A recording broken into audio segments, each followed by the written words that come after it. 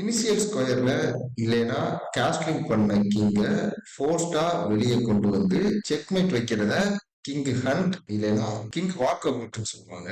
So இது ஒரு attacking strategy. King hunt பண்றதுக்கு காம்பினேஷனை ஸ்பாட் பண்ண வேண்டியது இருக்கும், சில பீசஸ சாக்ரிஃபைஸ் பண்ண வேண்டியது இருக்கும். சோ இதுல முக்கியமா பீசஸ்க்குள்ள ஒரு கோஆர்டினேஷன் இருக்கணும். நீங்க பிளே பண்ணக்கூடிய மூவ் ஃபோர்ஸ்ட் மூவா இருக்கணும். சோ உதாரணத்துக்கு எட்வர்ட் லஸ்கரும் ஜார்ஜ் ஆலன் தாமஸும் பிளே பண்ண ஒரு இன்ட்ரெஸ்டிங்கான கேமோட பொசிஷன் தான் இது. சோ இப்போ எட்வர்ட் லஸ்கர் ஒயிட் பீசஸ் வச்சு பிளே பண்றாரு, குயின் H5ன்னு ஒரு மூவ் பிளே பண்றாரு. பிளாக் இந்த கேம் டிரா பண்ணணும்னா பிளாக்கு இருக்கிற ஒரு ஆப்ஷன் பிஷப் வச்சு நைட்டை எக்ஸ்சேஞ்ச் பண்ணிருக்கணும். சோ ஆனா ஆலன் தாமஸ் அதை மிஸ் பண்ணி குயின் E7 ஒரு மூவ் பிளே பண்றாங்க. சோ இது ஒரு பிளண்டரா மாறுது.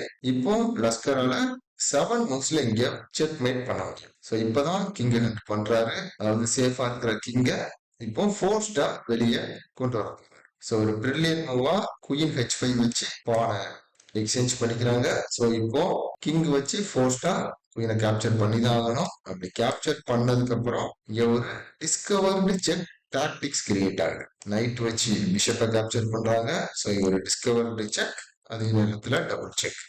ஸோ இப்போ கிங்க H8 கொண்டு போனா 1 மூவ்ல செக் மேட் ஆயிரும். ஸோ அதனால ஃபோர்ஸ்டா H6 பிளே பண்றாங்க.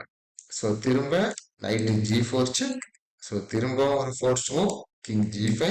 இப்போ பான் H4 செக். திரும்ப ஒரு ஃபோர்ஸ்ட் மூவ் கிங் F4. இப்போ பான் G3 செக். இப்போ திரும்பவும் கிங் ஃபோர்ஸ்ட் மூவா F3ல பிளே பண்றாங்க. இப்போ பிஷப் E2 வச்சு செக் வைக்கிறாரு. கிங் G2 தான் இப்போ பிளே பண்ணணும்.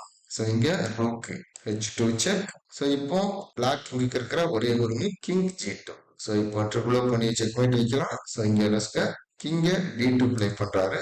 இப்போ செக் மேட் ஆயிடுது. இததான் கிங் ஹண்ட் இல்லைன்னா கிங் வாக் அவுட்னு சொல்றாங்க. ஸோ இதை நீங்க பண்ணணும்னா நீங்க பிளே பண்ணக்கூடிய மூவ் ஃபோர்ஸ்ட் மூவா இருக்கணும். உங்களோட பீசஸுக்குள்ள ஒரு ப்ராப்பர் கோஆர்டினேஷன் இருக்கணும். கால்குலேஷன் இல்லாம இதை நீங்க ட்ரை பண்ணக்கூடாது.